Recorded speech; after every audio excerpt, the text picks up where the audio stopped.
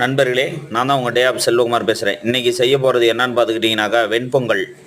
1 tumbler பச்சரிசி எடுத்துக்கிறோம். அதுக்கு 3/4 டம்ளர் பாசிப்பயிறு எடுத்துக்கிறோம். 2 பச்சை மிளகா பொளந்து போட்டுக்கிறோம். கல்லுப்பு தேவையான அளவுக்கு போட்டுக்கிட்டோம். இப்போ அடுத்தது 5 டம்ளர் தண்ணி ஊற்றிக்கிட்டோம். இப்போ அடுப்பு பற்ற வச்சு குக்கர் 5 விசில் விட்டுறோம். 5 விசிலுக்கு வர்ற வரைக்கும் நாம் அதுக்கு தாளிப்புக்கு தேவையானதை எண்ணெய் ஊற்றிக்கிறோம். கருவேப்பிலை ரெடி பண்ணிக்கிறோம்.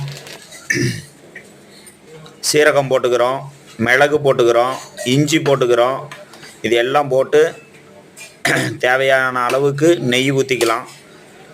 போட்டு நல்லா தாளித்ததுக்கப்புறம் 5 விசில் வந்ததுக்கப்புறம் குக்கர் மூடி எடுத்துகிட்டு தாளிப்புக்கு தேவையான பொருளை அப்படியே எடுத்து கொட்டி நல்லா ஒரு கிளறிக்கிறோம். இப்போ நமக்கு சுவையான வெண்பொங்கல் ரெடி.